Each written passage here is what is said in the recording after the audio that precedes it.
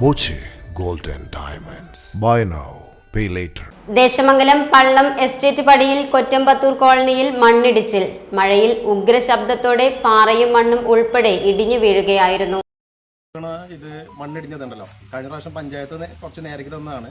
അത് കുറച്ച് ഭാഗം മാത്രമേ നേരക്കിട്ടുള്ളൂ, പകുതി ഭാഗം മാത്രമേ നേരക്കിട്ട് തന്നുള്ളൂ. ഇപ്പൊ ഇന്ന് അതിന്റെ ഇപ്പുറ സൈഡാണ് മറിഞ്ഞു കിടക്കുന്നത്. അപ്പൊ നമ്മുടെ വീടാണ് തൊട്ട് താഴത്തുള്ളത്. നമ്മുടെ വീട് മാത്രമല്ല, 2-3 വീട് തൊട്ടപ്പുറത്ത് ഉണ്ട്. അവിടേക്കൊക്കെ പാറൊക്കെ വീണ സമയത്ത് ഞങ്ങൾക്ക് തന്നെ ജീവനൊക്കെ ഭയങ്കര ഭീഷണിയാണത്. ഇപ്പം ഇതിനെതിരെ പഞ്ചായത്ത് എന്തെങ്കിലും നടപടികൾ സ്വീകരിക്കണം എന്നാണ് പറയാനുള്ളത്.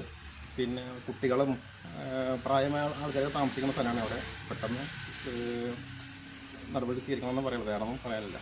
30 അടിയോളം ഉയരത്തിൽ നിന്ന് മണ്ണിടിയുന്ന ശബ്ദം കേട്ടതോടെ ഓടി മാറിയതിനാൽ കുളപ്പുറത്ത് അസീസിന്റെ ഭാര്യ നസീറ മണ്ണിനടിയിൽപ്പെടാതെ രക്ഷപ്പെട്ടു. 2018 ഓഗസ്റ്റ് 15-ന് 4 പേരുടെ മരണത്തിന് ഇടയാക്കുകയും 35 കുടുംബങ്ങളെ മാറ്റിപ്പാർപ്പിക്കുകയും ചെയ്തിരുന്നു. മണ്ണിടിച്ചിൽ തടയുന്നതിനായി നിർമ്മിച്ച കോൺക്രീറ്റ് സംരക്ഷണ ഭിത്തിക്ക് സമീപമാണ് മണ്ണിടിച്ചിലുണ്ടായത്. മണ്ണിടിച്ചിൽ ഭീഷണി നേരിടുന്ന സ്ഥലത്തെ കുടുംബങ്ങളോട് മാറി താമസിക്കാൻ വില്ലേജ് ഓഫീസർ നിർദ്ദേശിച്ചു. Time kids pre school, Mannannur road, Vaniyamkulam. Dot view news. കാഴ്ചകളാണ് ലോകം, കണ്ടു തുടങ്ങുക.